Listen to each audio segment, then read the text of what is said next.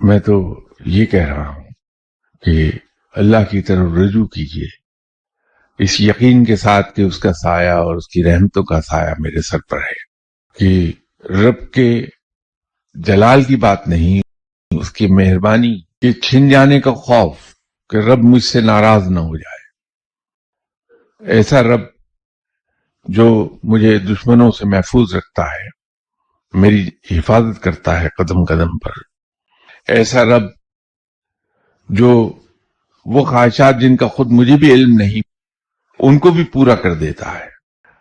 ایسے رب سے تو پیار، محبت اور عشق کیا جانا چاہیے، اور انسان جس سے عشق کرتا ہے، جس سے محبت کرتا ہے، اس کے روٹھ جانے کا خوف بہت شدید ہوتا ہے۔ میں ڈراتا نہیں لوگوں کو رب سے، میں تو لوگوں کے سامنے اللہ کا وہ پہلو لاتا ہوں جہاں اس کی بے پایہ محبت ہے اپنی مخلوق کے لیے، اور اس کی بے حد و حساب رحمتیں ہیں اپنی مخلوق کے لیے۔ صرف ڈر یہ ہوتا ہے کہ ایسا مہربان روٹ نہ جائے۔ زندگی کی لگام، زندگی کا سٹیئرنگ آپ رب کے ہاتھ میں۔ زندگی کا کون سا راستہ بہتر ہے جو دنیا اور آخرت دونوں سنوار دے؟